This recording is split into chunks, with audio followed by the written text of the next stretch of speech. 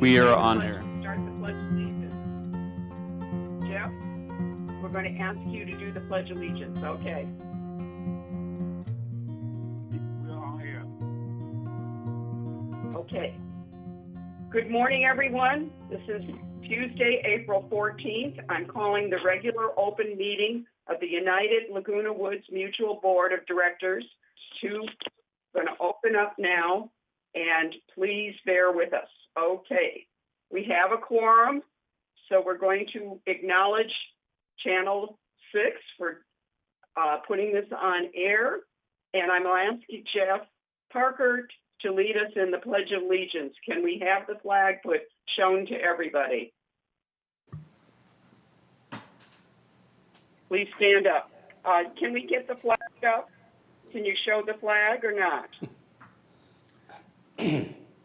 Jeff, walk by the flag. Oh, you can't do that. Okay, well, let's do it anyway. Go ahead, Jeff, please. Yeah, face to the north, and if you'll follow with me, I pledge allegiance to the flag of the United States of America and to the republic for which it stands, one nation, under God, indivisible, with liberty and justice for all.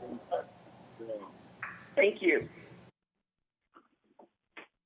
Can I have a motion to approve the agenda?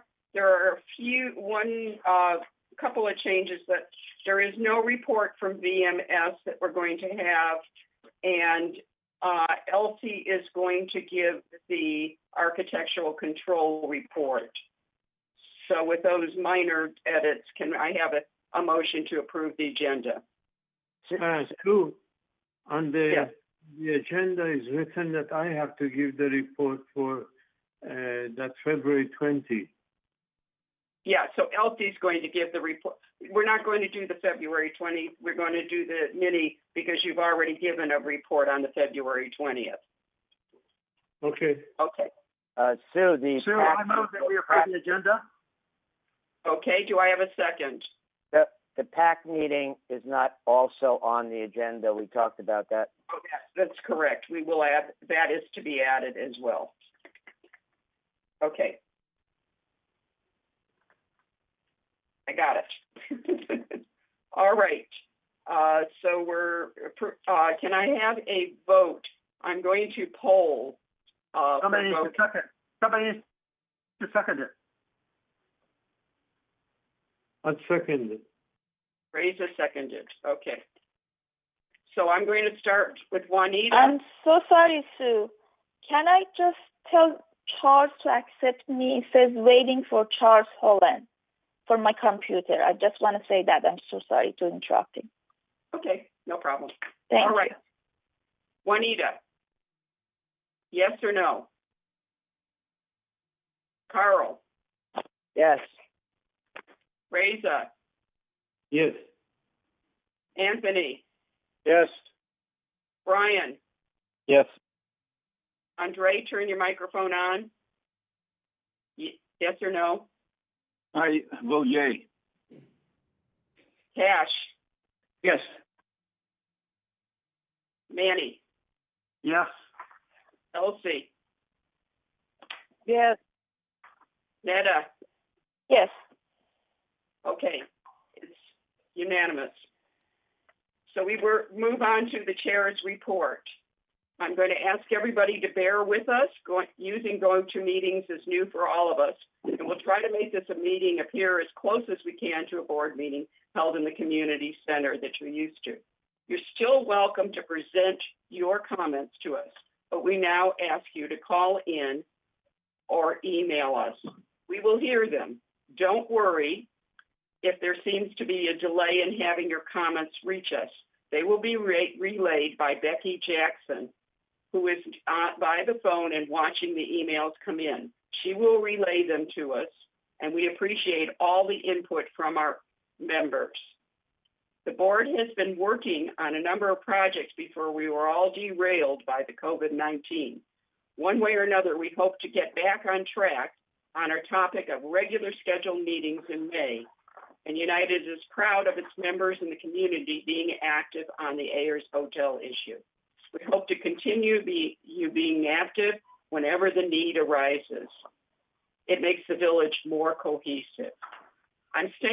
If staying home is beginning to make you feel isolated and anxious, you're not alone. In one way or another, you're sharing all of our feelings. Remember, we are a village and we need to take care of each other. The next days may bring more uncertainties, so please look out to help your neighbors. Stay healthy. Of course, wash your hands, and the new objective is wear a mask when out. Thank you. We're ready for the open forum. Do we have any emails or letters yet? President Margolis, we do have open comments. Our first one is for John Beckett at 364 Q as in question. It says, I have an urgent request for the board. Please direct CEO Jeff Parker to make sure all VMS employees are wearing face masks when they're working on United Mutual property. Protecting the people who work in the village also protects the people who live in the village. John Beckett.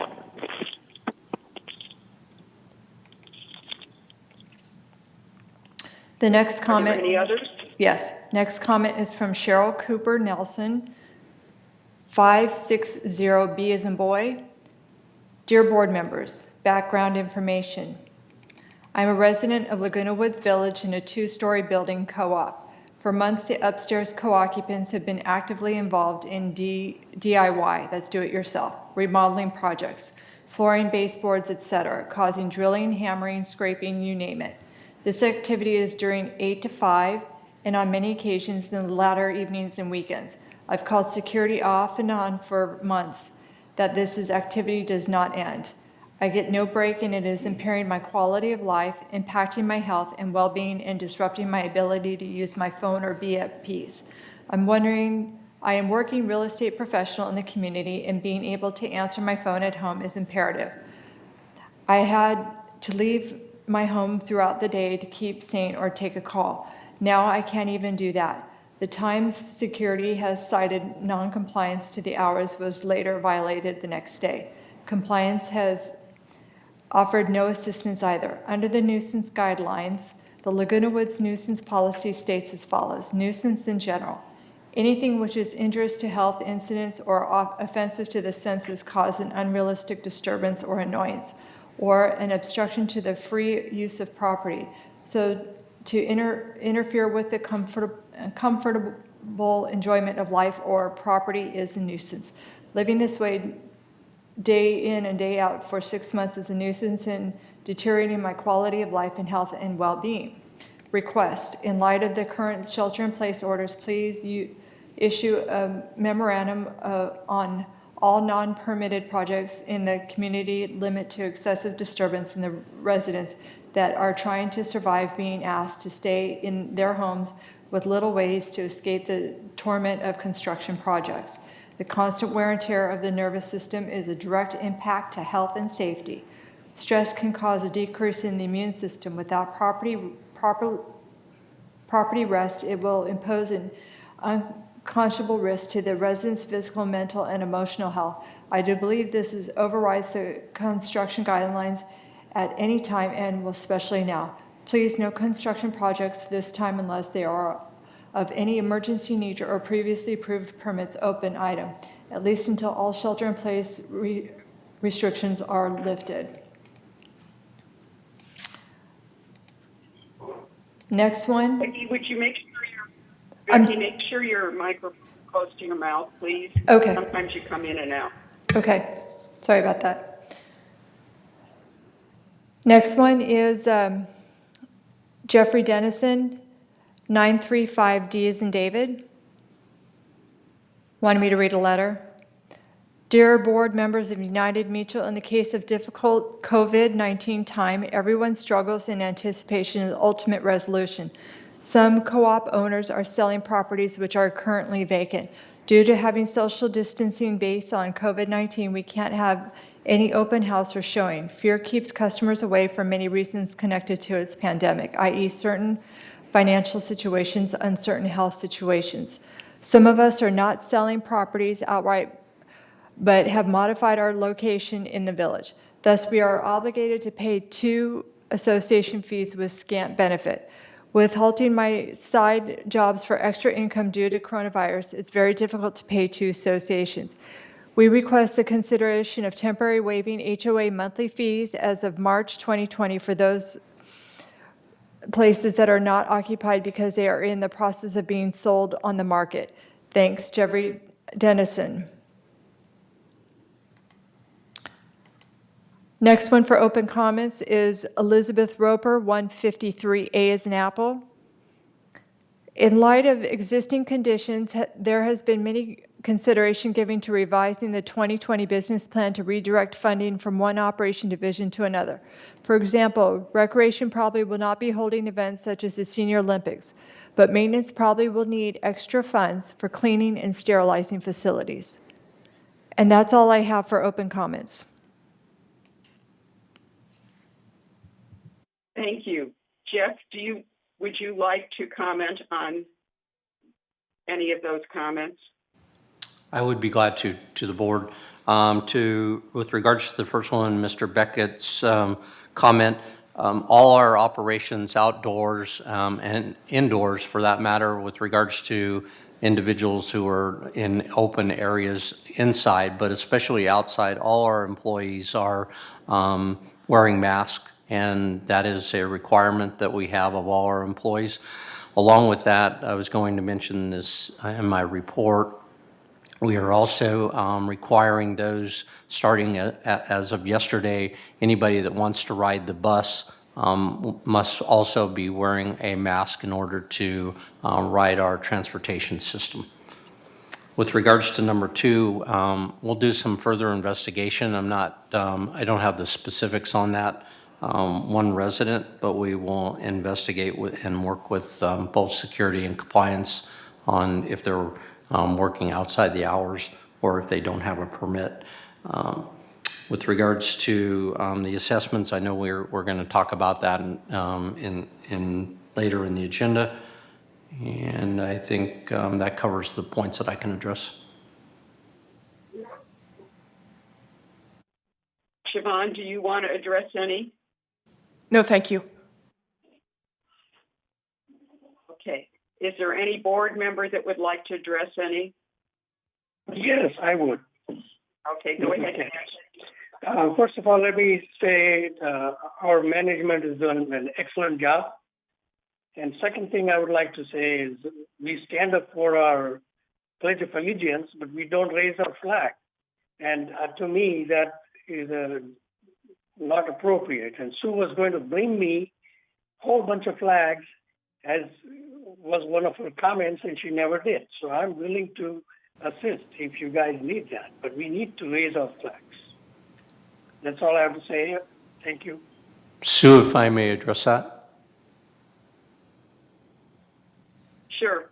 So to our board, a great point that was made. We are working with our security staff to raise the flags at our clubhouses, but we also are working with our recreation staff is looking at working with some of our veterans in the community as possible volunteers to raise the flags. But we will be raising the flags at all our clubhouses using our security until we put together a volunteer group to do that.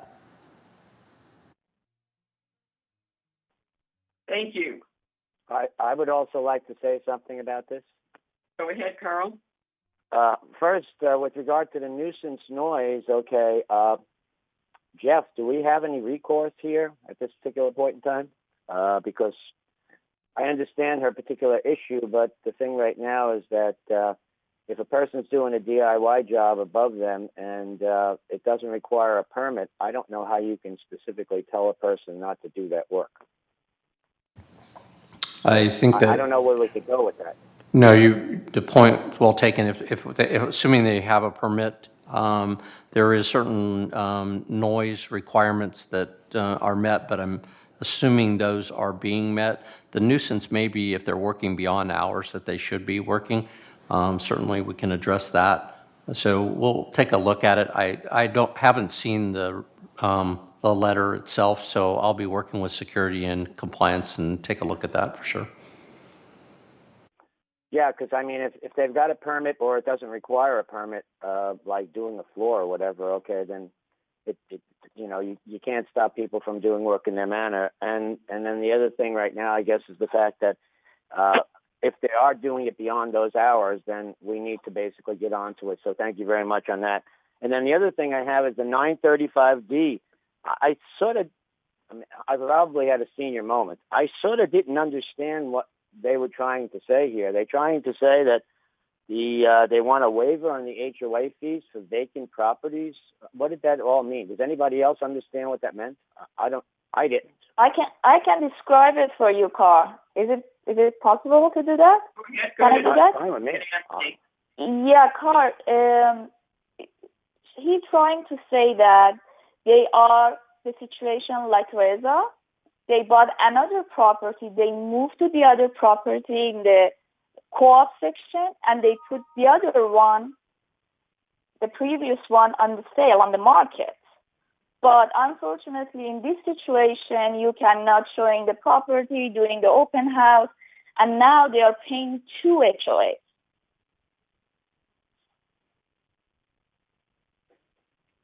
Thank you. I guess I understand it better. Does anybody have any idea? I mean, at this particular point in time, are we even anticipating any of that HOA fee waivers? Madam Chair, we will be discussing it in closed session. Yes. Okay, Anthony, go ahead. I'm sorry. Okay. Anthony? Yes, I like. There's a lot of talk going around on the website and around about these fees, and I think before we do anything, I hope we really get into it and not hip shoot this thing, because there's a lot of people questioning. I guess they're trying to angle for rebates. I don't know, but I think we should be prepared to answer that in a good way. May I make a comment? Please let me make a comment. We are going to discuss this afternoon in closed session. We are also asking our finance to put together a what possibly we could have, a what if of the situation. Okay, Cash, go ahead. My comment is, we, in these times, our staff is working doubly hard. They're doing excellent cleanup jobs. The cleanup crew is going around even every building. Some I've noticed, 2-story building, cleaning the handrails. There's no question of lowering the fees. And when you buy another unit, you already know that you are going to be paying for some time. So they have to be reasonable in their asking price, and they will sell. Okay. That's all there is to it. We shouldn't entertain. Okay, let's move on. I'd like to move on because we're not going to be able to solve these problems now. So let's go ahead. Neda, would you give us the results?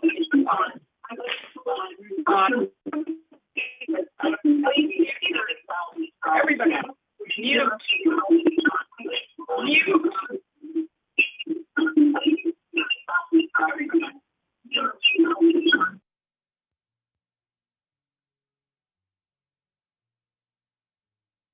Neda, would you go ahead and give us the response from last meeting's questions? Sure, Sue. Our meeting, the board meeting, was held on March 10, 2020. 4 residents commented in open meeting, and 3 of them no staff follow-up required, and just 1 is 935D, commented on how problems identified in a prior to paint program inspection were handled by staff immediately before the close of the school and her purchase of a new unit. The CEO, Parker, researched the matter, established the chronology of the events, and will be discussing with the United Mutual Board of Directors in closed session on April 14, 2020. That's it.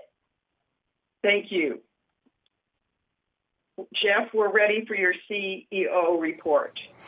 All right. Good morning, board. I have about 3 items that I wanted to mention fairly quickly, hopefully. The first was I just wanted to give you an update on the Orange County Health Agency's report with regards to coronavirus.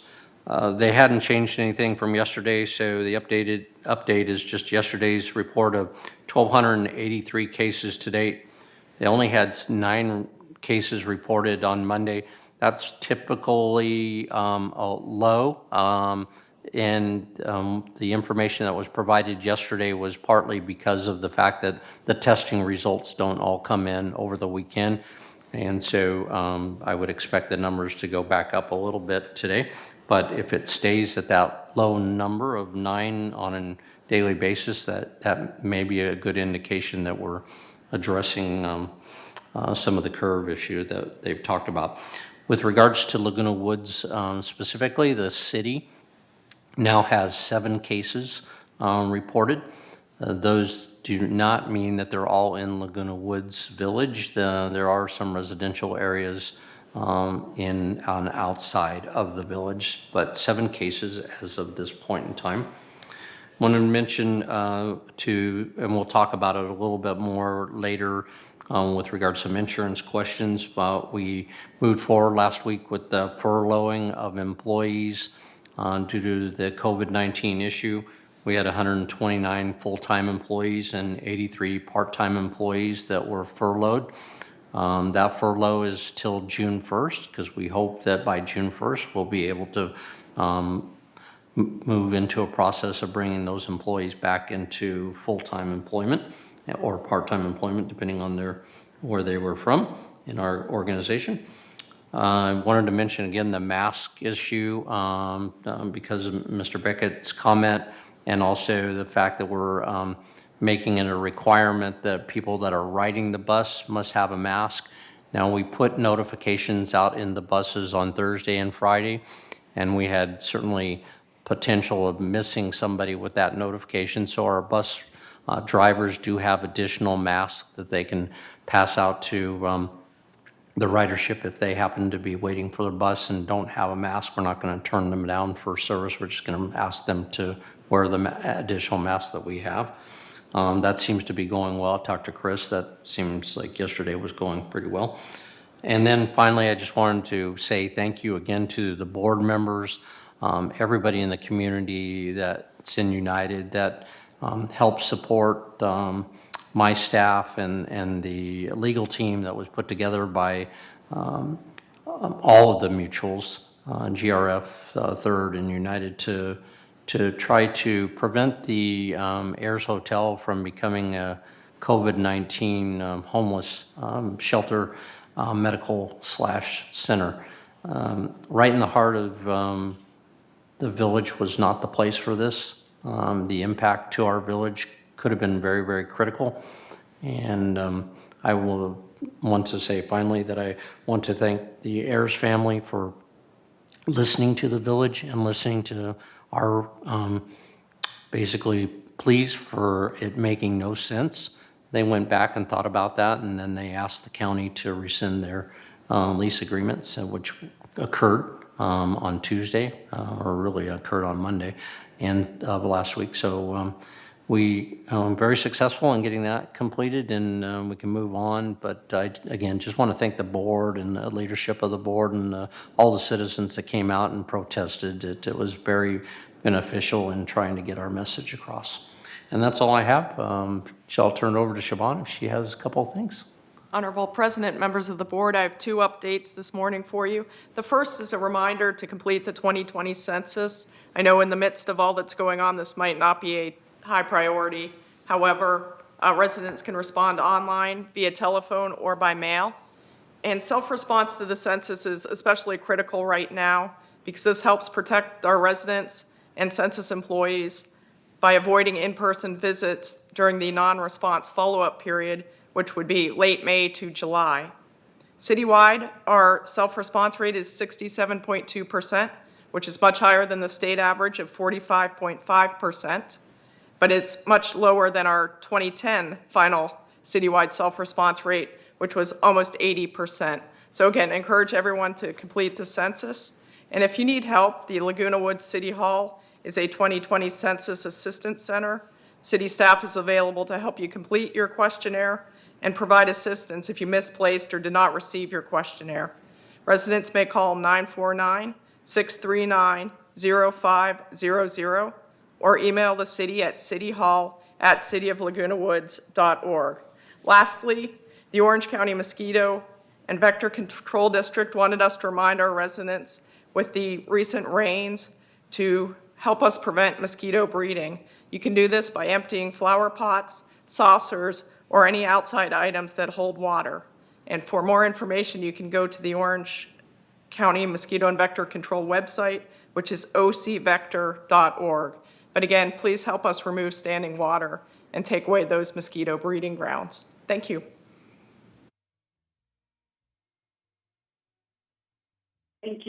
Thank you for your report. We are now to the consent calendar. I do not see, Brian, your financial signature page. Did you sign off on the financials? Yes, we signed off on that, and it was forwarded to Chris. Okay. Sorry, do we have a? So do we have a VMS report? Andre, please put the microphone closer. You're breaking up.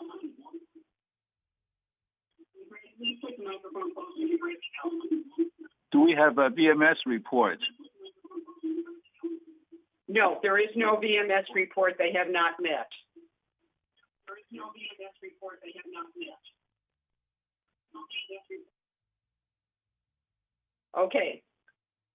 We're moving on now to the consent calendar. May I have a motion to accept the consent calendar? Netta, go ahead and turn your mic on. Okay, Cash, go. One of you. I make a motion. Okay, Carl, go. I make a motion to accept the consent calendar. Second. Second, okay. Anthony, second. All right. I'm going to poll. We'll start with Carl. Vote. Yes. Anita? I have a question on that. Oh, excuse me. I'm sorry, Cash. Go ahead. On item 11B, 11C. Are we going to do the resolution now or later? The resolution was done in a meeting in the agenda prep meeting. So it was passed in the agenda prep meeting. Okay, my question, my comment is that particular unit is pretty dark, and adding a room in the front is going to make it look even darker. Also, the owner, Mr. Reza, I have no problems, but must list the other unit at a reasonable price for sale, and it's not been listed to sell. Yes, it has been listed, Cash. I am looking at MLS results, and it doesn't show on the MLS. It's listed as to be sold by the owner. Sold by the owner, and Yes. at what price? Well, it's being given a price, $425. Yeah, and that is not a reasonable price. That's what my question was. Okay. This is not, you can vote against this, but the agenda prep meeting, it was passed. We're moving on. Okay, I have a motion and a second. Are there any other comments on it? Okay, I'm going for a vote. Carl? Yes. Juanita? Okay. Brian? Yes. Andre?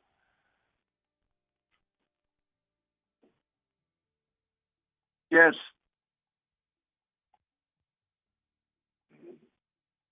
Cash? Against, no. Manny? Manuel? Yeah, I'm here. So I want to make this comment first. Sure. For future meetings and even this one, I think we ought to separate the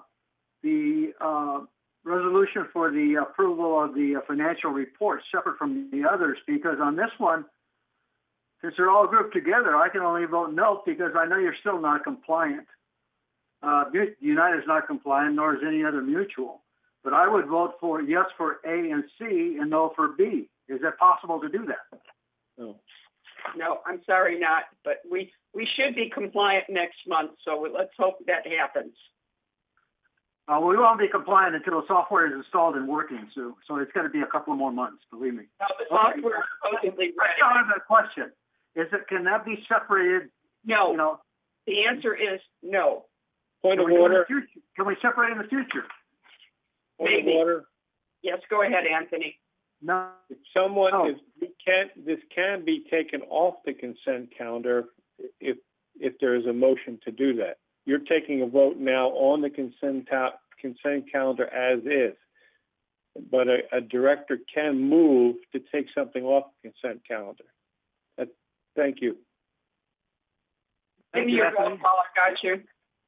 Anthony, Excuse me? your vote. Yes.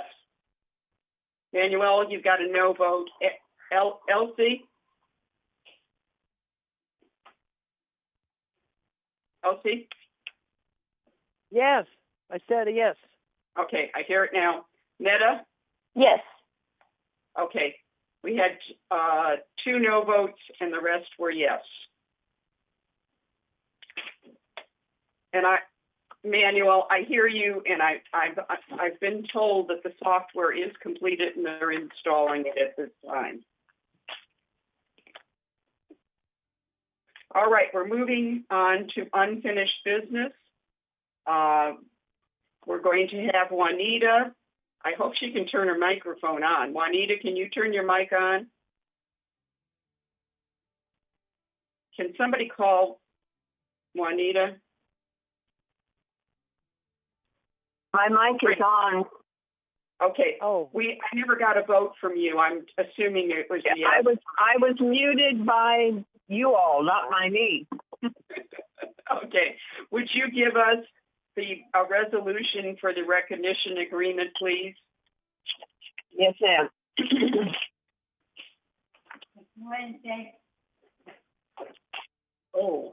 Tuesday. But just as I'm looking for that, we did not vote on the minutes. We voted on the agenda, but not the minutes. Yes, you're correct, and I will correct that after we get through unfinished business. Okay.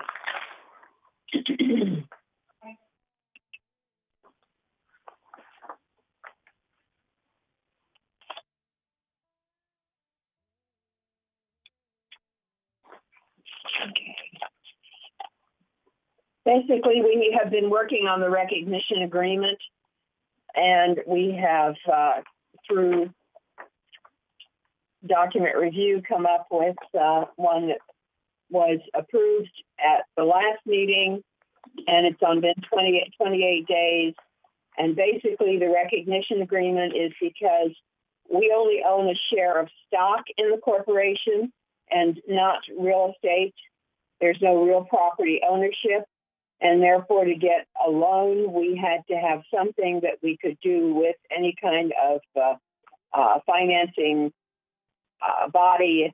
And most of them, over 30 years, we've had various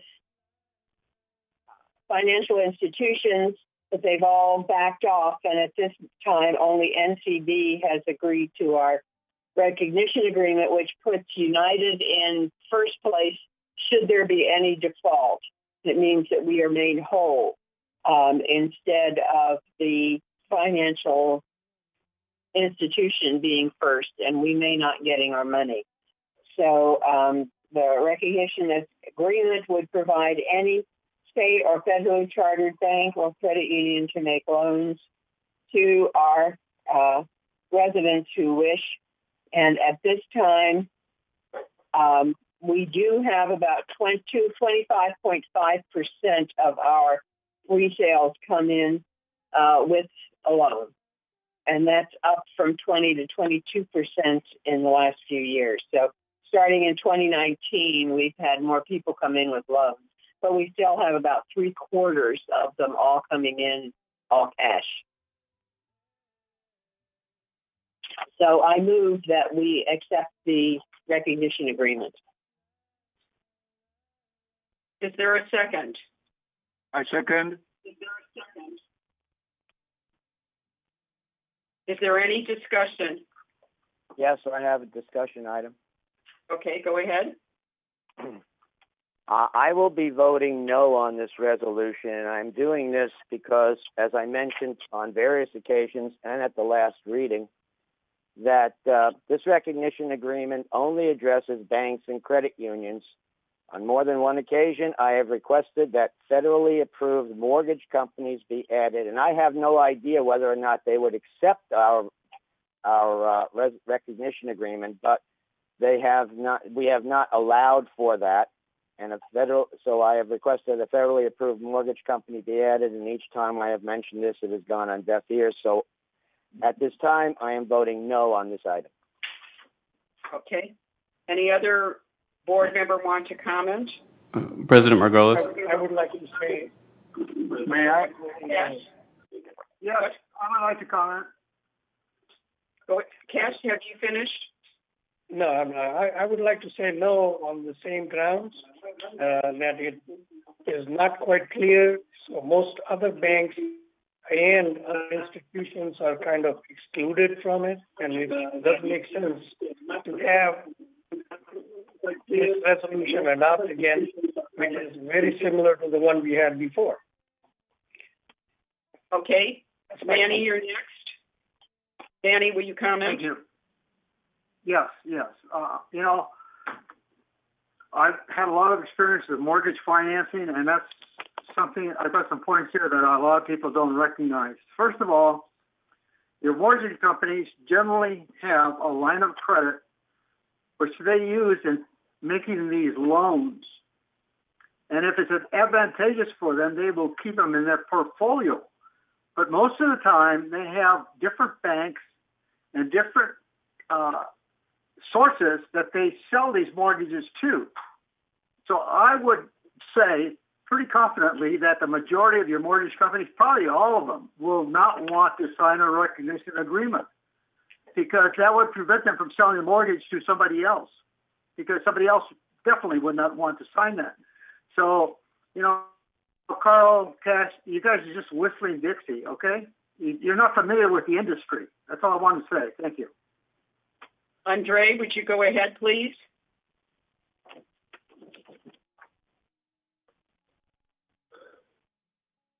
Andre? Yes, I would like to say that may I make a suggestion on the amendment that at the last where. You're breaking up, Andre. Including that the prospective lender is either a state or federally chartered bank. I think the concern is the bank. So if we change that to financial institution, will that satisfy your?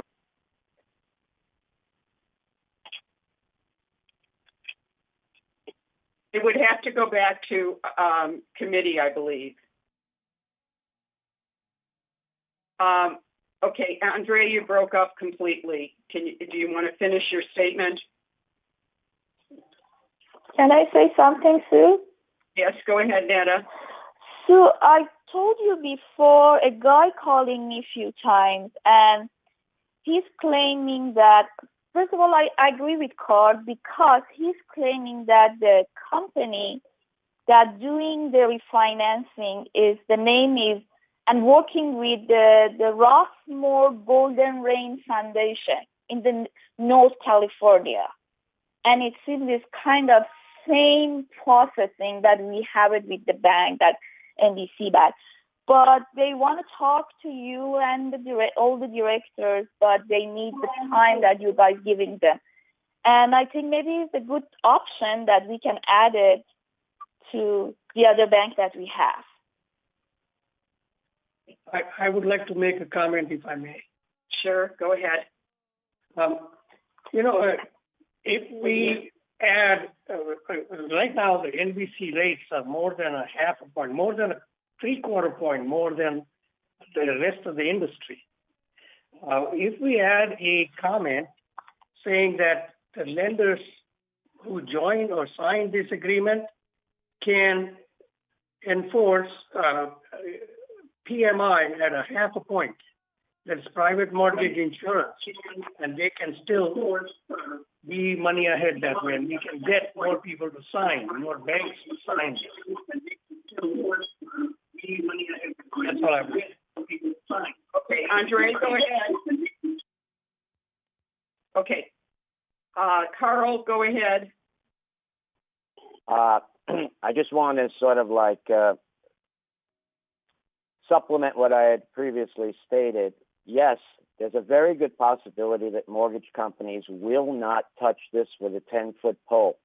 But we have had so much pushback from our residents that we are restricting ourselves to certain banks, and the interest rates are higher. If we do not extend that to them, let them refuse us, and then at that point, we have that particular little thing in our pocket to say, listen, we extended it out to all these people, and they refuse to accept it. We still have a recognition agreement that we need to have them abide by and let them say no, not us, because we're presupposing they're going to say no. That's all I have to say. Okay, VMS conference, you have a comment from a person? Yes, we do. Go ahead, Grant. We do.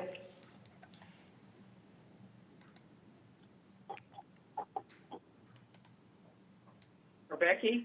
Yes, I'm Who's here. going to tell us? Okay, it's Jill Sherman, 330D as in David. I am watching new loans available through NCB Bank. While conventional 15-year loans are now available from multiple banks at less than 2.5%, NCB is offering 3.62% with $3,000 closing costs. This is a 0.003% less than 7 years ago. We do not have the opportunity to compare with other banks that offer loans to cooperatives. The only one available to us is NCB. When Leisure World began, the developer attracted investors by giving them a piece of the action, by making them partners in a cooperative that spread risk among all investors. They were protected by the bylaws and articles of incorporation of the cooperative. These protections didn't sit well with the banks. Only NCB agreed to the stipulations. This was an economic move that served the developer investors well. Now the developer and the investors are gone. The need for those stipulations are gone. If these bylaws are changed, we can attract more bankers and compare offerings. I have nothing against NCB. I just think we should have more access to loans like every other real estate owner. We need competitors for NCB to give us more choices. It's time to change the obsolete bylaws to serve the residents. Jim Sherman. And that's all. Okay, I'm going to go ahead and take a vote. Sue, can I make a comment? Yeah, sure. First of all, I would support Andre's suggestion that we just change bank or credit union to financial institution. We can just do that on the resolution that we are voting on today rather than having to go back to committee. And secondly, Mr. Sherman and the others do not seem to understand. We are not getting real estate. We do not have it there to share in our community, and the real estate is not something that we can back up for them, and that's why NCB charges a little bit more. Also, they pay with the recognition agreement, they pay any outstanding dues and assessments from the time of the default until it's sold or cured. And that's what another financial institution will not do. There's a difference between any bank that's making a mortgage loan and one that is making a loan on a co-op. And I don't think we've done a good enough job of making clear to our residents the difference that they are, because it's not just a real estate loan from a bank. Okay, Juanita, I'm assuming that you're seconding Andre's change. Right. Okay. So it's now a federally chartered financial institution. Okay, we will then vote on the amendment, and I'll go ahead now with the voting on the amendment. Can I say something before we vote on that? Hasn't this recognition agreement and all that it goes along with it been vetted by our lawyer, and now we're going to possibly change some words? I'm just asking. I think we're okay. Okay. I do too. All right. I'm going to take a vote. Juanita? Yes. Anthony? Yes. Brian? Yes. Cash?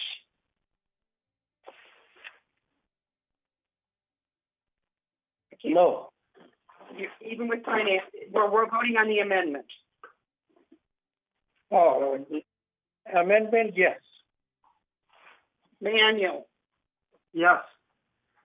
Good job, Andre. Etta? Yes. Okay, the amendment has passed.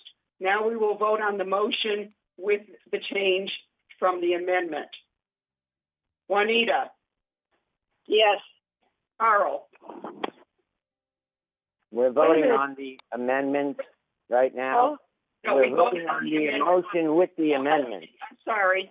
I didn't get Elsie's vote. Go ahead on the amendment. I abstain. Okay. Carl on the... You didn't get my vote on the amendment either. Oh, yeah, I thought I did. I'm sorry. Go ahead. I voted yes on the amendment, okay? And if we're talking about this motion based on the fact that we're going to add the financial, then I'm saying yes. If we're not going to add financial, No, we're adding the financial that passed. Now you're voting on that. Yes? Okay, fine. Yes. Juanita voted. All right. Anthony? Yes. Brian? Yes. Andre? Yes. Cash? No. With the change, you are voting against it. Hello, Sue. I am voting no for the amendment. I'm voting no for the whole resolution, but I'm voting yes with for the amendment. Okay, the resolution's now changed with the amendment in it. Will you Yes. vote yes or no? No for the resolution. Okay. Manuel?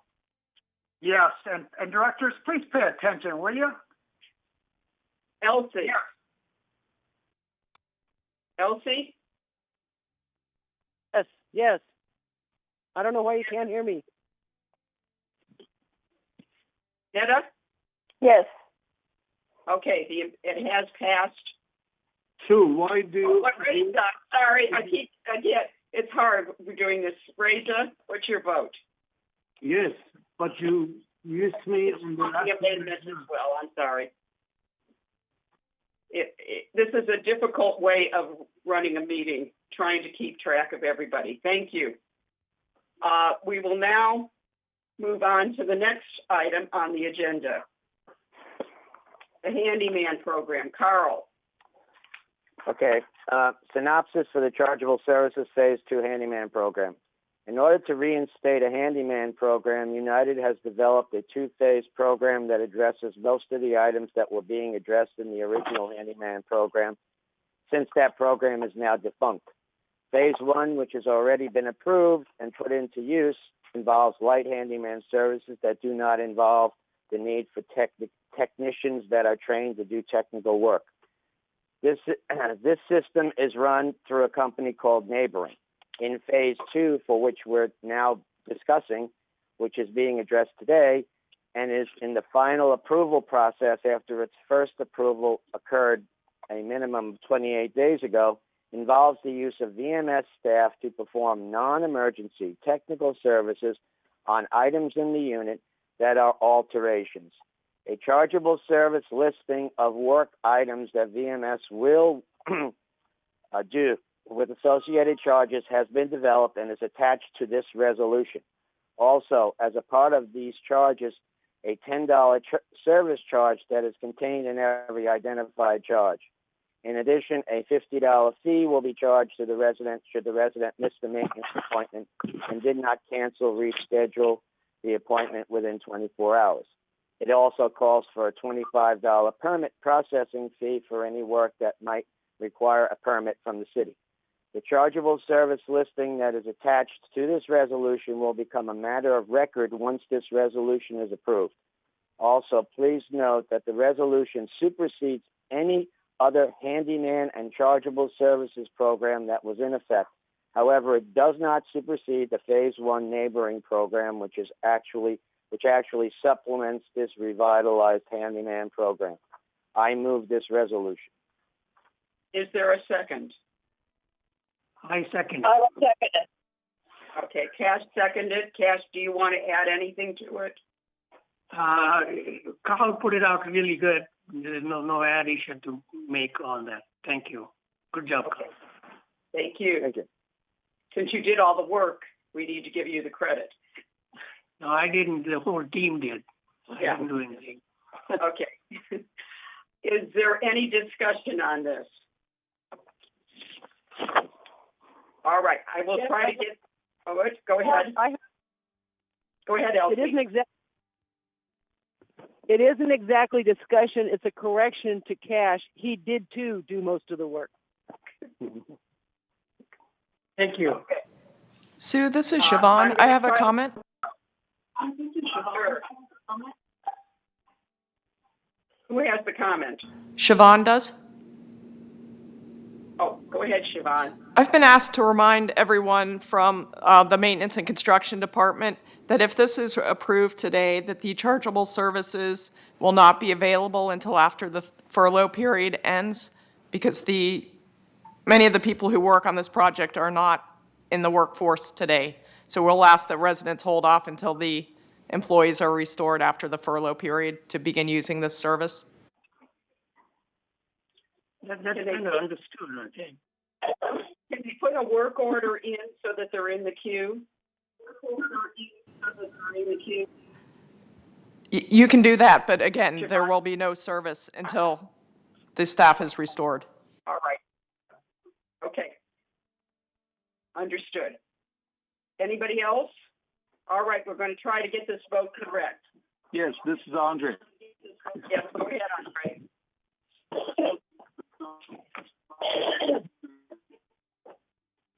Andre, go ahead. I just want to know, are all these information going to be on the website? And if so, please broadcast them. I will be going on television tomorrow, and I will broadcast it. And it's being broadcast now. I want a link.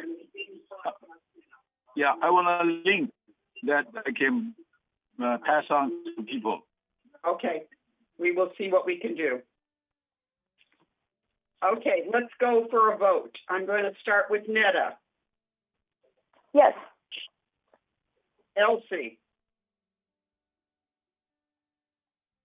Yes. Manuel. Is this on a handyman program? I stepped out for a minute. Yes. Yes. Cash. Yes. Anthony. No. Brian. Yes. Andre.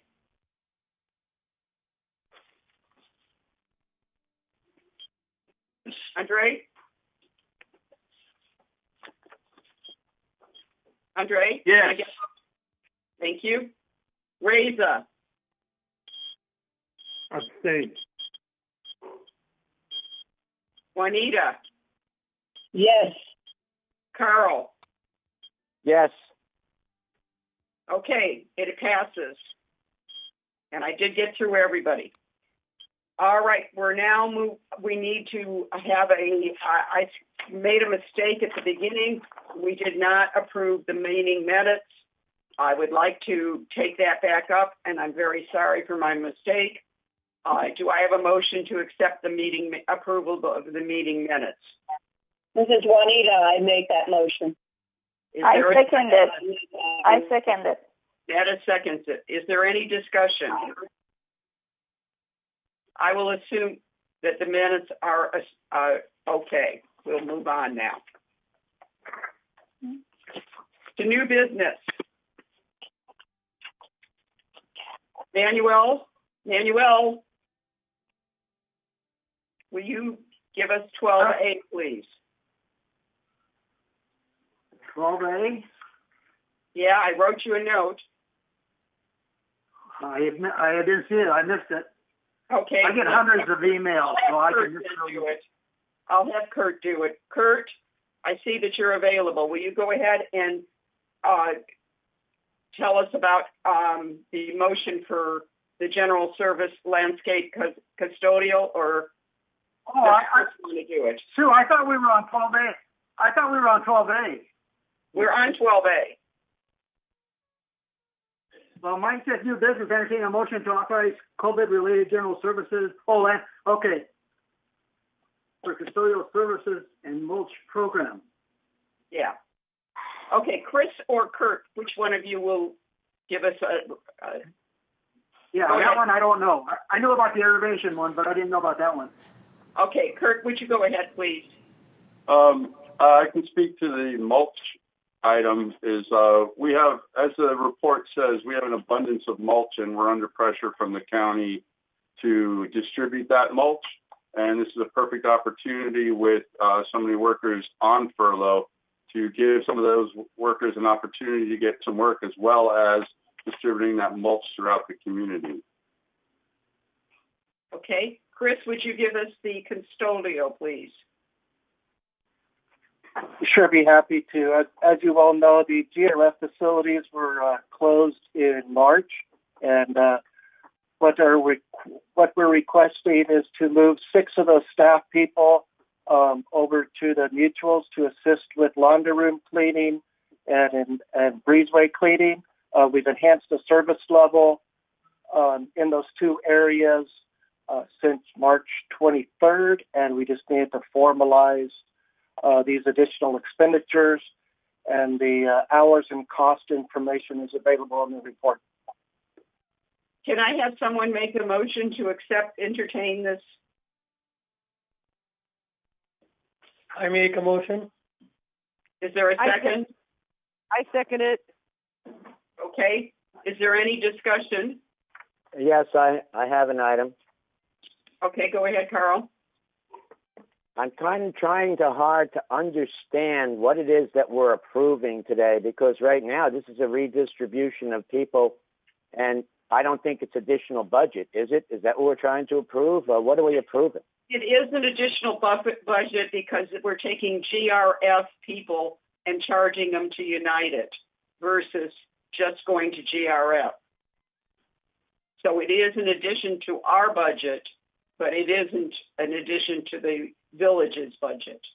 So all of the laundry facilities and what have you at this particular point in time, they're actually were charging to GRF's budget, and now they're charging to United? We had a certain amount of budget to do the laundries once a month. We are now doing them twice a month, so we have some of GRF people working for us in order to do that twice a month. So so that's the laundry thing. What about the mulch thing? I mean, mulch is mulch. They were charged all over the place, and we're now getting extra charges for distributing the mulch within United because we've got more landscape people than we would have had. Sue, this is Manny. I have some comments. Sure. When I read this report, I wasn't sure exactly. I had the same questions that Carl did, and I know what we're trying to do is we're trying to utilize people that are available to do work that we consider to be necessary. Otherwise, we'd have to furlough them for a period. But what bothers me is that GRF had this money budgeted, we'll say, and now they're going to have, let's say, part of their budget unused and available. However, we're going to get stuck with the cost. So that's why when I read this thing, I couldn't decide really, because we can't afford any extra costs. Okay. Well, we need. That's my observation. Okay, Siobhan, you want to go ahead? Yes, please. In terms of the salary and benefit savings associated with the furlough, the community-wide savings is approximately $206,000 per week. This is comprised of both full-time and part-time furloughed people. So the cost for the enhanced custodial services in the mulch program will be offset by the labor savings in other departments. Okay. Is there any more discussion? All right, we're going to take a vote on this. Juanita. This is Andre. I have a question. Okay, go ahead, Andre. Hello? Go ahead, Andre. Hello? Yes, go. My question is, don't we have any furlough people that we can use from United? Do we have to get it from GIF?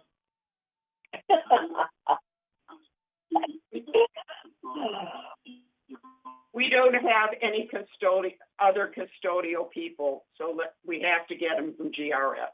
Okay, we're going for a vote. Reza. Yes. Anthony. No. Brian. Yes. Andre. Andre? No. Cash. Yes. Doing mulch is not some custodial work. Point of order. Okay, Andre, what do you want to vote? No.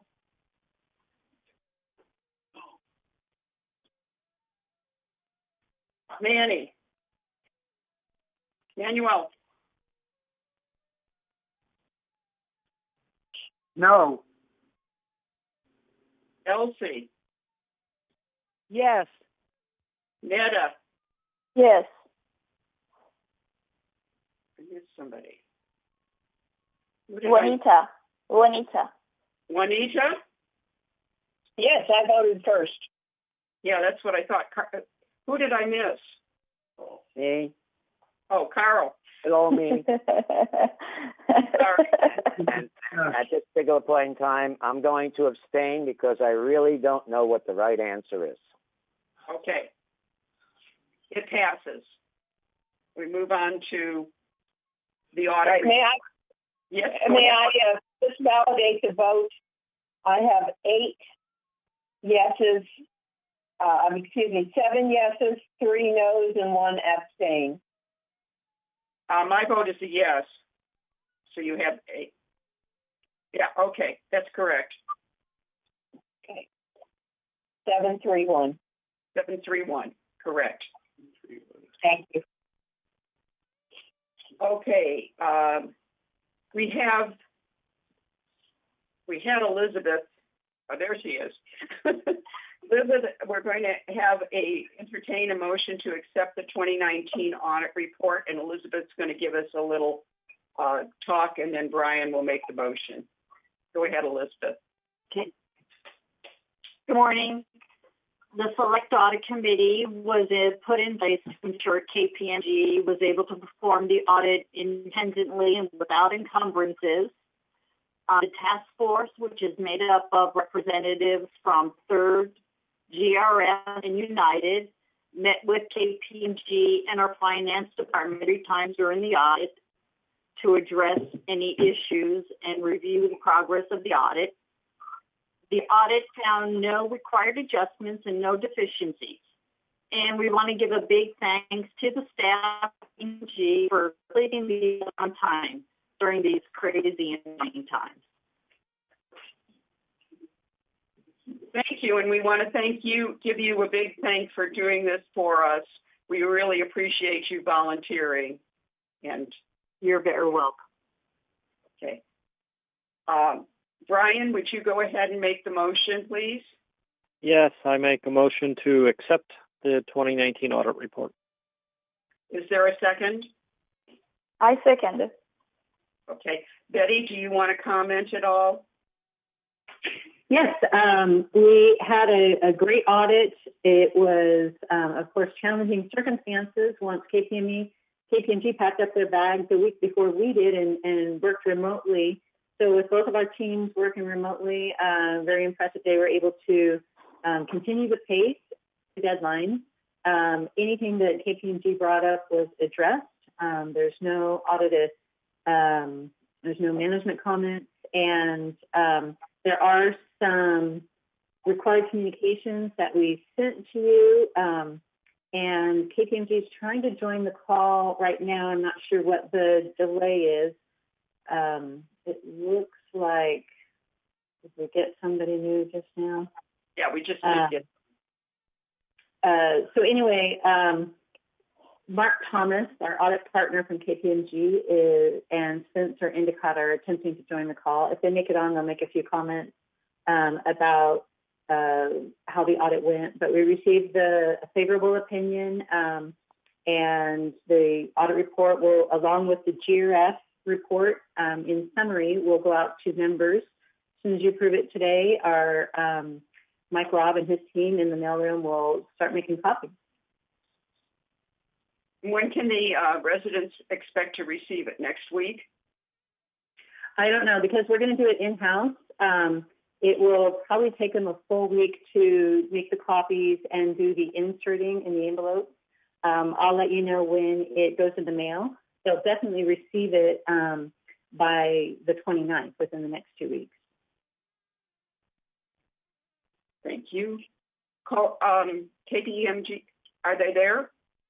Not yet. And the last thing I want to say is, although we send out the summary in the mailing, according to Civil Code, the full report with all the footnotes will be available on the website. And so Eileen will get that on the website as soon as you accept the report, and so that can be reviewed by all members, even while they wait for the summary in the mail. Okay, are there any comments from the directors about the audit?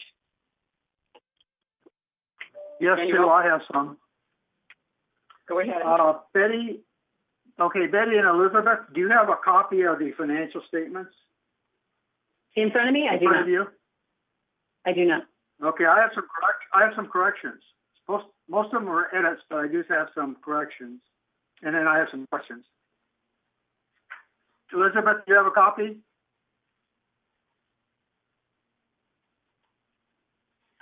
No, do you have not a copy yet. of the financial statement? No, not yet. Okay. Well, there are some edit corrections that need to be made. So I need to talk to somebody that's got a copy of these financials in front of them. Can we delay this and then you go ahead and get copies, both of you? You'll want to make these corrections before it goes out. Okay, I'll ask another question then. Okay. It has to do with the new accounting pronouncement that probably won't mean a lot to most of the directors, and probably won't mean anything at all to the members. Okay, but I have to refer you to page 13 of the financial statements, and I'll just read it to you, okay? It says recent accounting pronouncements. It's January 1st, 2019, the mutual adopted ASU 21409, revenue from contracts with customers. Topic 606, during the year ended December 31st, 2019, this guidance requires an entity to recognize revenue to depict the transfer of promised goods and services to customers in an amount that reflects the consideration to which the entity expects to be entitled in exchange for these goods or services. Okay, I'll cut through that and just say it in plain English. What the new pronouncement requires is that when we collect assessments from members, generally those funds are available to us in advance of the expenditures that those will cover. And it was primarily meant for reserve contributions rather than operating funds, because operating funds are spent almost immediately. Even if you haven't used up the cash, you've got an accounts payable. But with reserves, you're contributing money that won't be used until sometime in the future. And this pronouncement came about because of, in accounting requirements, there is a treatment that's called the matching process, and this goes way back. I mean, I learned this when I was taking intermediate accounting. And what it means is that you're accounting for income and for expenses. You want them to be matching in the same periods that they apply. That's why you have depreciation. You buy an asset for $1 million and you depreciate over 10 years. And that's why instead of expensing that whole $1 million, you're amortizing it over the useful life. Again, the matching process. If you have contracts, you might get payments in advance of the actual earning of that income. And that usually is recorded as a deferred income item on the balance sheet. And so what this pronouncement was trying to do was it was trying to make you account for these collections that you receive in advance, to not recognize it into income until such time as you actually incur the expenditure. Now, we have an unusual situation here in that they state in the notes that they adopted this accounting procedure. However, when you look at the transactions related to reserves on page 17, we have an oddball situation in which the expenditures were in excess of the contributions. And so even though it states this accounting treatment was adopted, it didn't affect the financial statements because you didn't have the reverse, which was more collections and assessments than what you spent.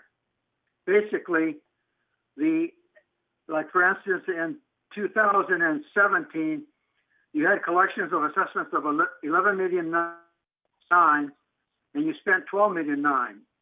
In 2019, you had collections of $12.3 million, and you spent $15.8 million.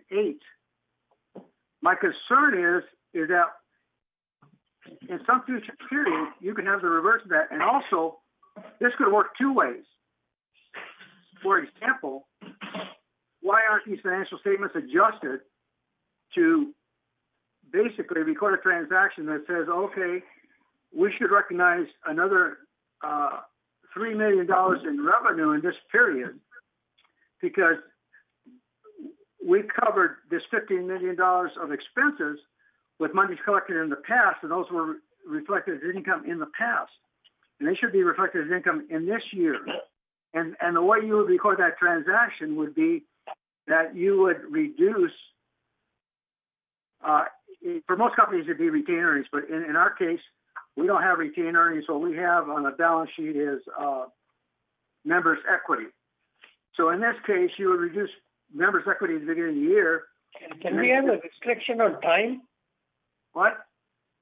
So anyway, that's an explanation, and I have some major questions on this accounting as to whether it was handled properly this year and how it's going to be handled in the future. Okay. And beyond that, also if you look at the statement of cash flows, I'm just pointing this out here because you probably won't see it. The treatment there has been changed, so it now also includes restricted cash. And like I said, I have some edit changes that need to be made. Okay. Does anyone understand what I said? Shown up to the reporting time, because that would have been the correct time to bring these up. Would you write a memo? I never had the opportunity. So I never had the opportunity to bring these up. There was a audit meeting that everybody was invited to. But anyway, would you write a memo? What? Yes, go ahead, Betty. If you vote to accept the audit report today and ask Manny to put his comments and questions in, and we will respond to him before anything is distributed. Why can't I just give them to you orally, okay? You're asking me to do a lot of work, and I've already done a lot of work on reviewing these statements. Right, it sounds like that do you have those comments written down? Yeah, no, I don't. I've got the edit corrections on these financial statements written down. I can do that over the telephone with you real simply. All right. Yeah, why don't you, after this meeting, Betty will give you a call and you will give her the information that you're trying to give her, okay? Okay. The accounting issue is a big issue. I went through this before with the solar panels, whether they should be capitalized or not. Okay. Betty, would you take the lead on that and give him a call after the meeting, please? Thank you. Steve and I will talk to him this afternoon. Thank you. Okay. Well, we will be going into closed meeting this afternoon. After that. Okay, thank you.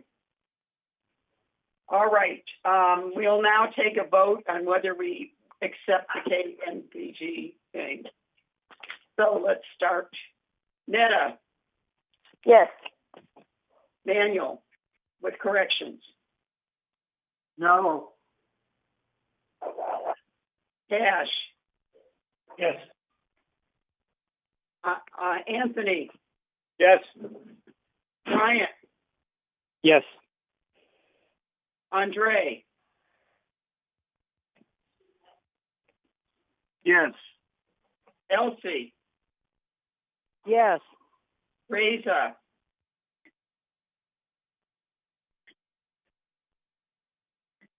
I abstain. Juanita? Yes. Carl? Yes, with the corrections. Okay, we're done voting. We've got 911. 911, correct. I got it as well. Okay. Moving on. Committee reports. Ryan, can we have the financial report? Can we get a visual on this or not? President Margolis, yes, we can. Just Grant, 1 second.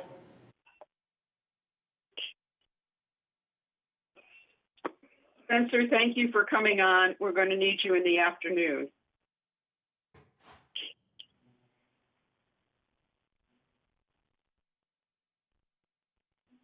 Okay. So this is a preliminary as of end of February 29, 2020. And I just want to make a preface here that there's been some questions about how do we come to these numbers. If directors and others look at the financial package that they should have all received, much of this is spelled out within that, about the third or sixth page in that package. So looking at the first slide is year to date, and again, it's preliminary, but we could view this as the gross income statement, and the assessment revenue was $7.1 million. Non-assessment revenue was $540,000. Total revenue was $7.66 million, with the total expense of $6.6 million for a net revenue of $1.04 million. Now, if we subtract out the contingency and replacement funds from those numbers, we come to the next slide.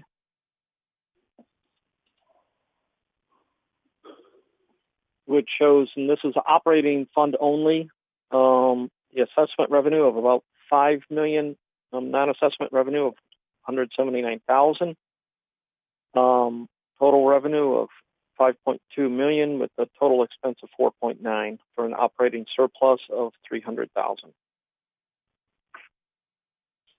Moving on to the next slide, and I should just mention, let me just before we do that this total expense excludes depreciation for clarity.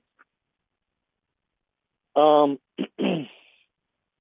this shows our income statement, actual and budget, and the variances.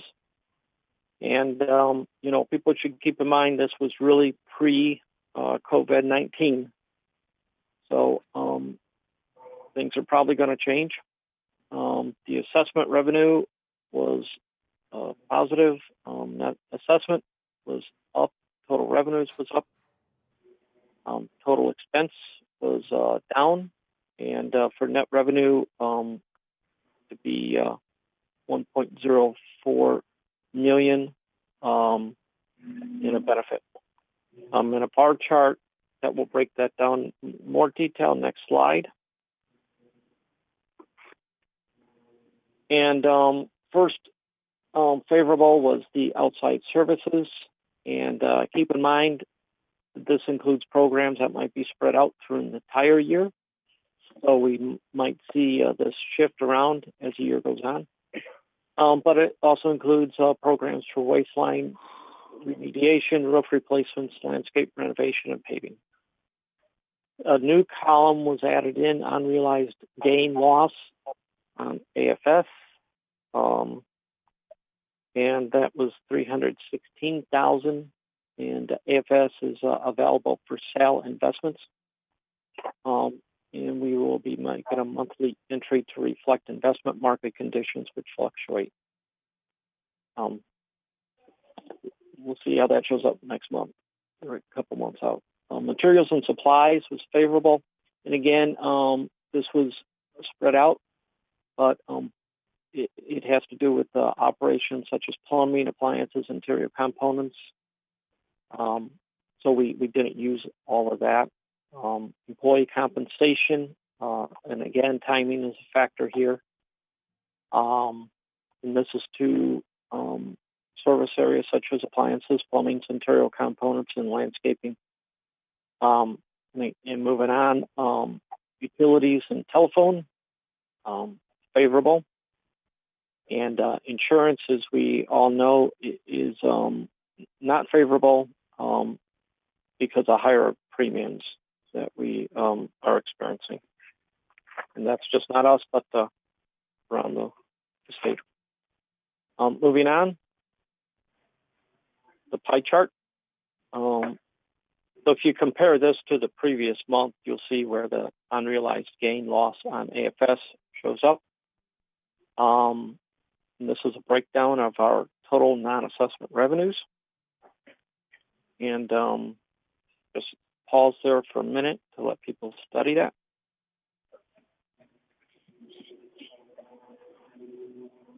Okay, move on to the next one there, Grant, if you would. And this is the total expenses. And we actually got two slides here, but this is includes the property and sales tax. And one of the things you will see is outside services did increase over last month. I think that's probably due to moisture intrusion, but probably should take a closer look at that. We also broke out the utilities because those are things that we could kind of affect, like water. And those are tracking on a monthly basis pretty well. Consistently. Total expenses with property and sales tax removed looks like this.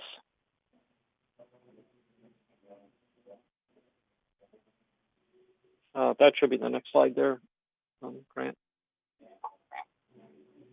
Thank you. So about 4.7 million. And if we move on to the next slide. Get the clothes clean. Pretty.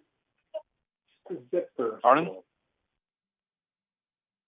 This shows how our contingency and reserve funding is developing. We started out beginning of January, 1.1 million, had expenses and had contributions and interest in that of 129,000, but expenditures of 237, to result in a current balance on contingency just slightly less than $1 million. Reserve fund, similarly, actually went up slightly.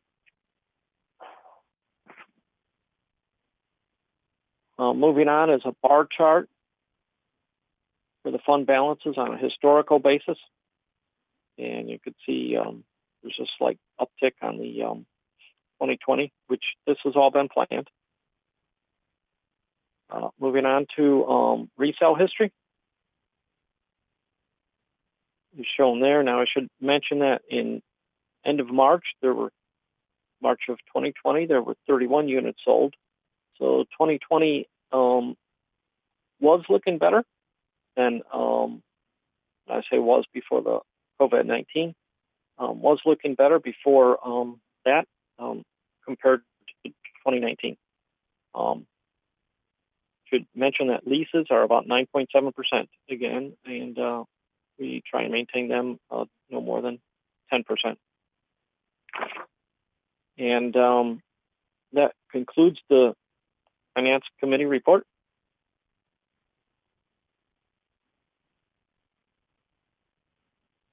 Thank you. We will go to the Architectural Control, Elsie. Thank you, Madam. May I ask a question about the finance? Sure, go ahead, Andre. At this time,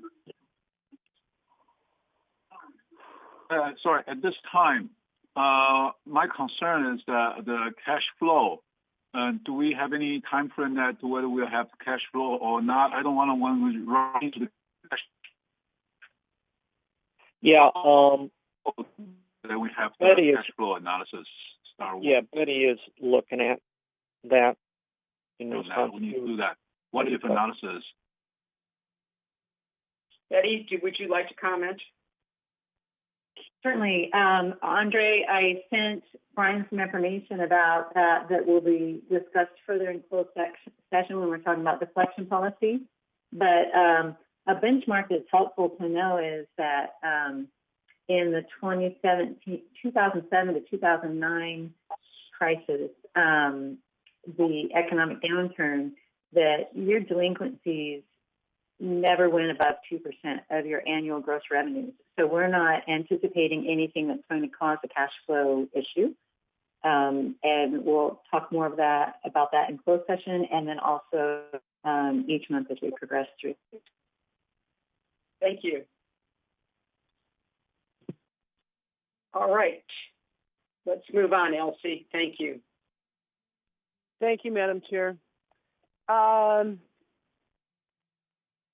The last regular meeting of the Architectural and Control Standards Committee was held on February the 20th. There was a mini meeting, but then the March meeting was canceled. Then there was a mini meeting, though, held during United's agenda prep meeting on April the 2nd. I believe we've already mentioned that. After a presentation by Ernesto, sitting in for Brett Crane, the board approved to bring to the April meeting, which is today, a request for variance for Unit 729D. The next meeting is to be announced, but it will probably be May 21st, 2020 at 9:30 in the morning. But that's not cast in stone. That's just a maybe. Thank you very much. Juanita, would you give the... I have no report. I have not heard anything on whether maybe Siobhan can help if the next Breeze is on track to come out next month. We had gotten all our articles in for it, but I've not heard anything from communications on that. The Breeze should be out in the next week or so. Thank you. Anthony? Please turn your mic on.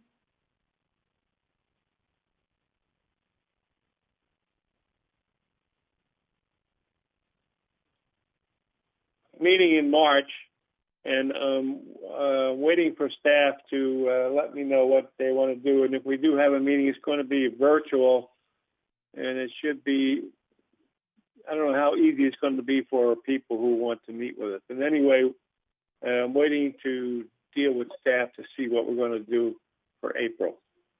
That's the extent of my report, Madam Chair. Thank you.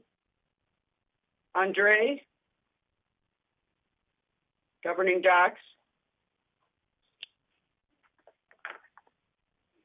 Yes, we don't have a meeting until this coming Thursday, the day after today, and we will have final review of election rules, guide to a governing documents,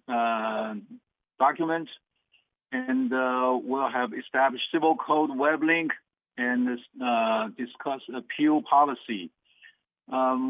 Anybody who's interested in governing document discussion, please feel free to send me an email, and I will include you in the discussion. Thank you. Manuel? Thank you very much. Our next meeting is Thursday. Okay, Manuel? Yeah, all right.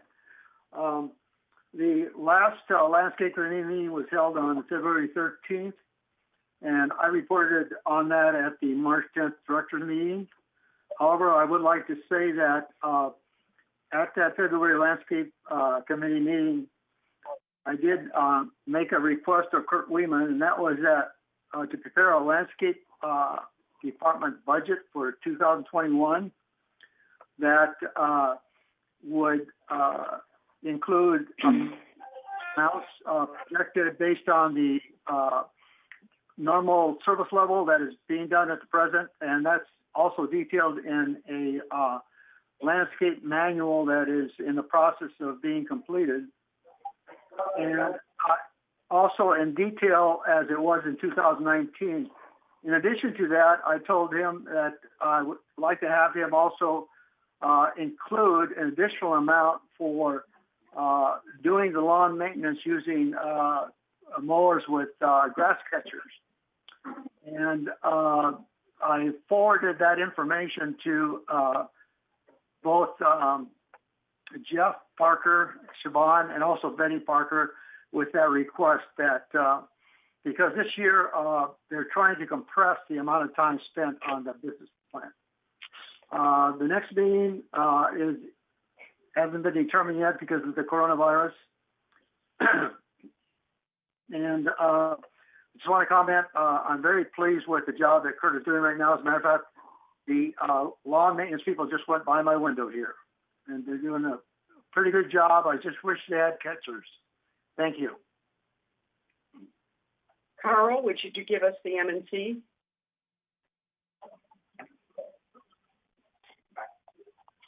Yes, I will. United M&C, the last time that the United M&C committee met was on February 26th, and I provided a report of that meeting at our last board meeting on March 10th. Our next meeting was scheduled for April 27th. However, due to a lack of topics to discuss and due to the pandemic, it was canceled. If not, our next official, we may have a meeting in May if something of importance comes up, and I asked Ernesto to basically keep that as a pencil in at this particular point in time. If not, then our next official United M&C meeting is scheduled for June 24th in the boardroom, of course, if this whole pandemic thing goes away, who knows? And that's it. Thank you. Netta? Yeah. Can I talk, or man, you want to talk? Cash? You're done. Cash? You're done with the handyman program. We've scratched it No, off. I do have a comment. Sure. Okay. Basically, I think we are almost done. We are not quite done. We want to make sure both sections A and B are working. And I'm also investigating part 3 for major items such as, microwaves and things that our people cannot service properly. So for the altered units, I'm trying to see if there is somebody available out there to give a blanket policy, home warranty type policy, but I don't have any right now. So I think I'll hold the meetings, the handyman group open till like September timeframe, if that's okay by you. That's fine with me. Thank you. Okay, Netta now. Okay. The United Resident Advisor met few residents. What happened again? That's right. Go ahead. Sorry. Okay. No, that's okay. Andre, please shut your mic. Thank you. Go ahead, Netta. Okay, United Resident Advisory met few residents actually on March 12th. And, they discussed their problems and concerns, but the next meeting is going to be announced. I just wanted to tell the residents, if you want, you can share your concern and problems with my email. My email is n, like Nancy, dot, my last name, Ardani, ARDANI, @yahoo.com. Thank you so much. Thank you. All right, we're moving on. I just want to have a comment about the cash, the program. I would recommend that he stay on the program maybe for 3 months for post-implementation evaluation and see what else he can help improve. And if everything's following the original direction, make sure that this program is exactly what he envisioned to be implemented. That's my recommendation. And that's already agreed, and that's why I asked for an extension. You already agreed to that, so we're all set with that. Okay, we're going to go on to the GRF committee report. Madam Chair? Yes, go ahead. May I suggest that Carl give a report on the PAC meeting task force that was done yesterday? Yeah, it's going to be under the maintenance and construction. Okay. Absolutely. Okay, Brian, Finance Committee. Yes, GRF Finance Committee met on February 19th, and the next meeting is April 22nd at 1:30, and it will be a virtual meeting. Thank you. Thank you. Juanita, the CAC. CAC had a virtual meeting on April 9th, and the committee basically approved some variances for the men's golf tournaments. We talked about the equestrian problem, and the task force on the equestrian has not met, so we did not get a report back from them, and that was put out to the next meeting.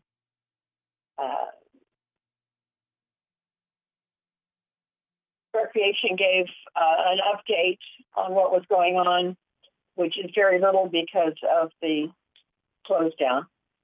So the next meeting has not been set, but it will be a virtual meeting.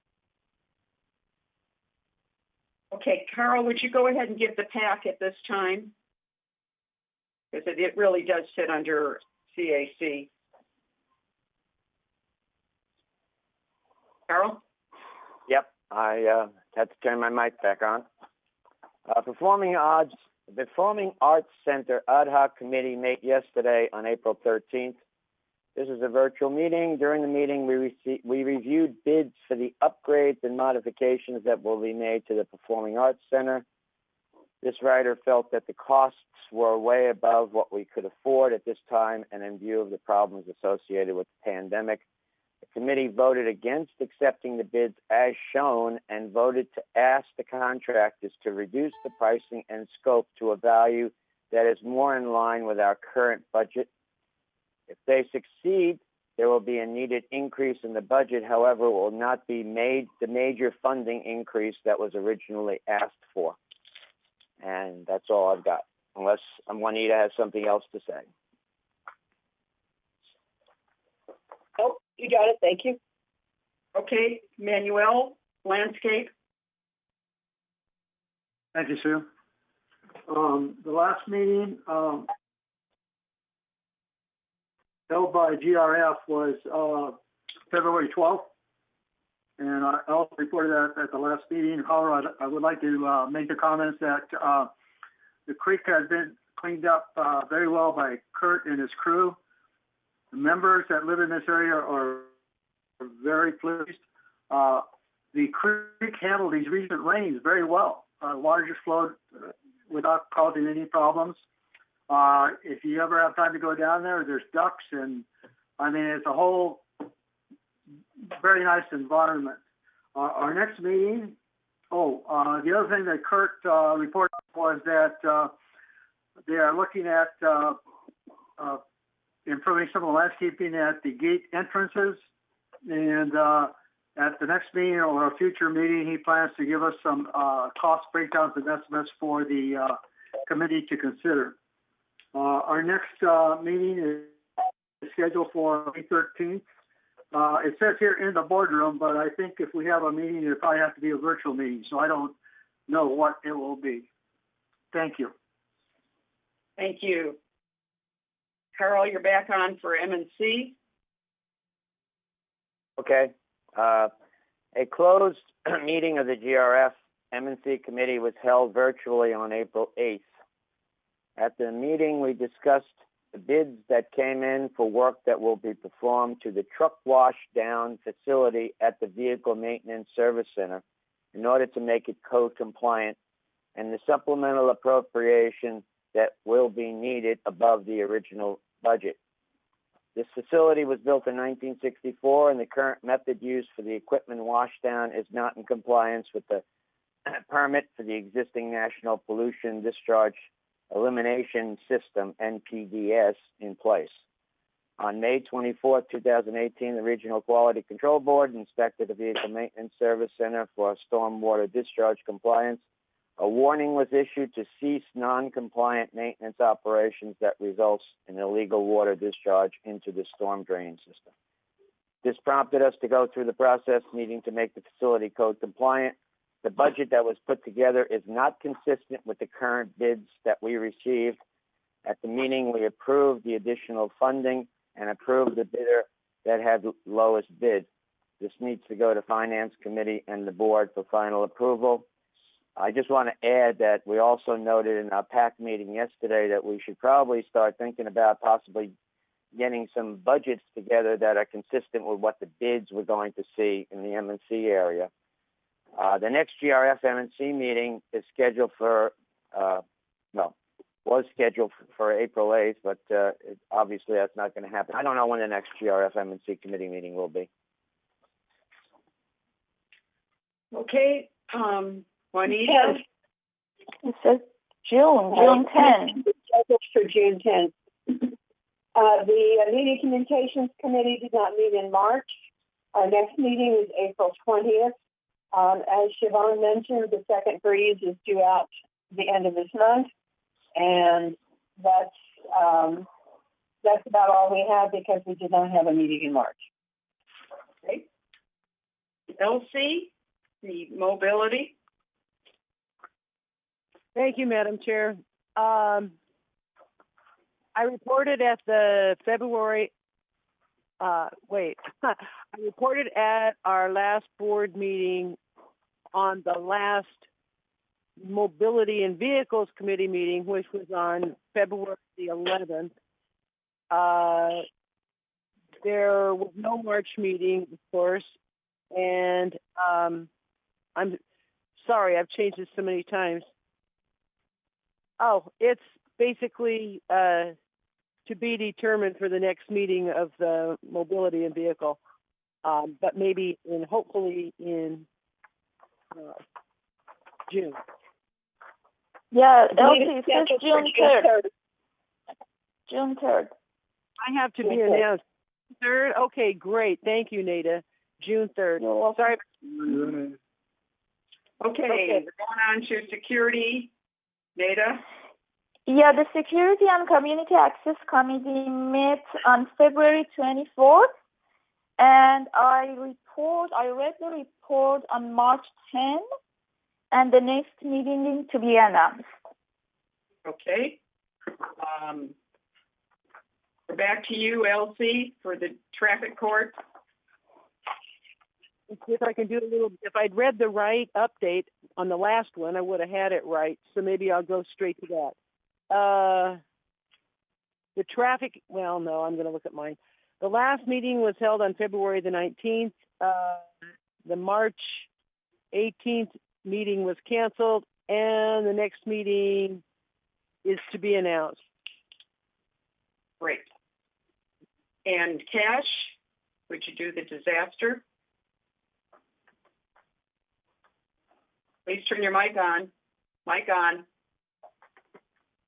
Sorry about that. Meeting is scheduled virtually on the 16th this week, and I'll report findings next time on it. The next meeting is on the 16th. Okay. No, I think it's May 26th. No, that changed. I do have a April 16th virtual meeting. Oh, okay. We have it on the open meeting. It's May 26th. Okay. Okay, thank you. All righty. We'll go around for director's comments. Carl, do you want to start? I don't have anything to say at this point. Thank you. Juanita? Nothing. I just hope we can soon get together again. Kelsey? Oh, thank you, Madam Chair. Anthony?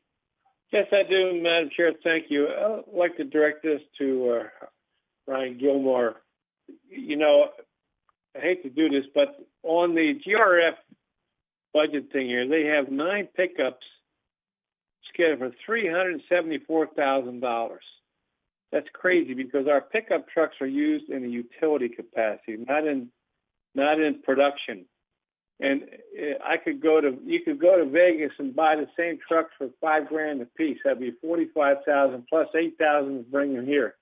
And so that $374,000 for 9 pickups really bothers me. I hope you'll look into that. That's all I have.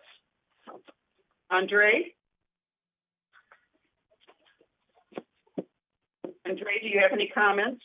Okay, I am.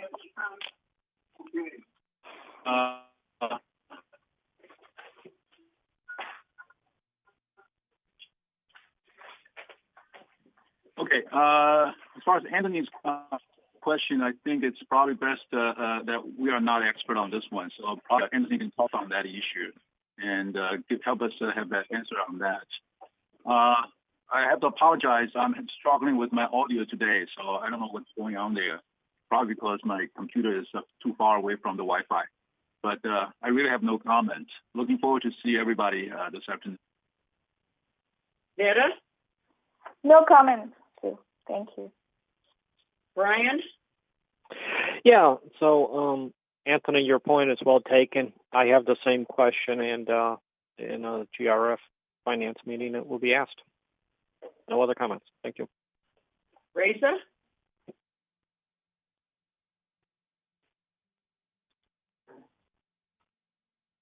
Yes, I have a comment, or rather a suggestion. The issue of Mrs. Askari, which was brought up in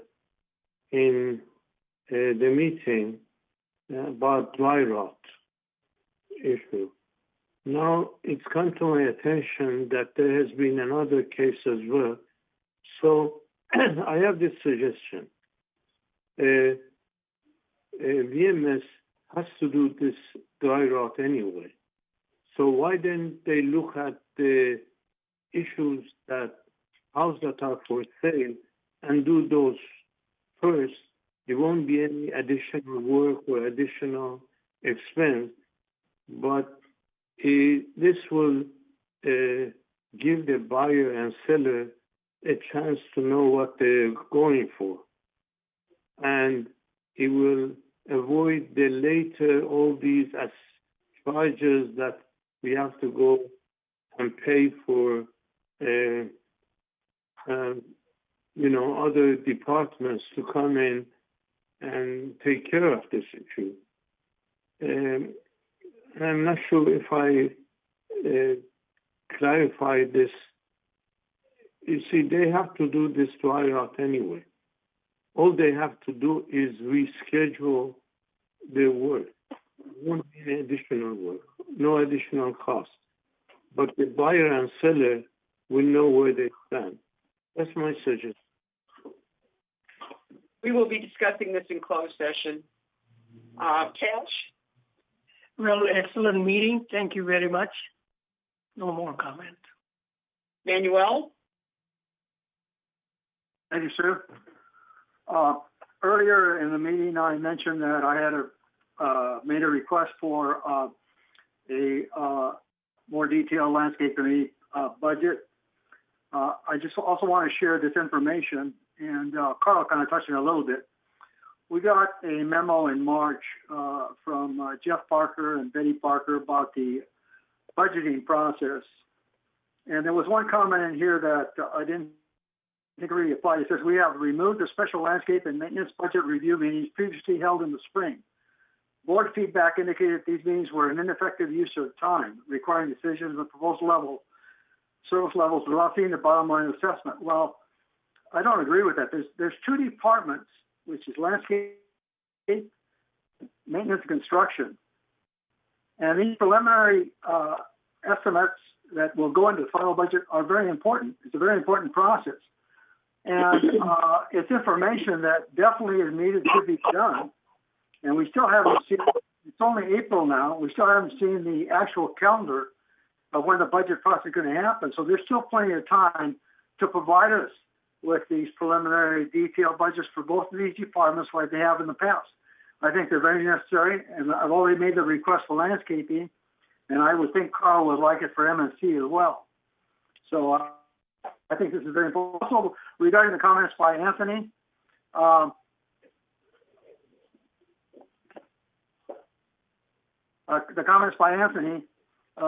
GRF, not only does it apply to equipment, I believe their overall budget is generally pretty liberal.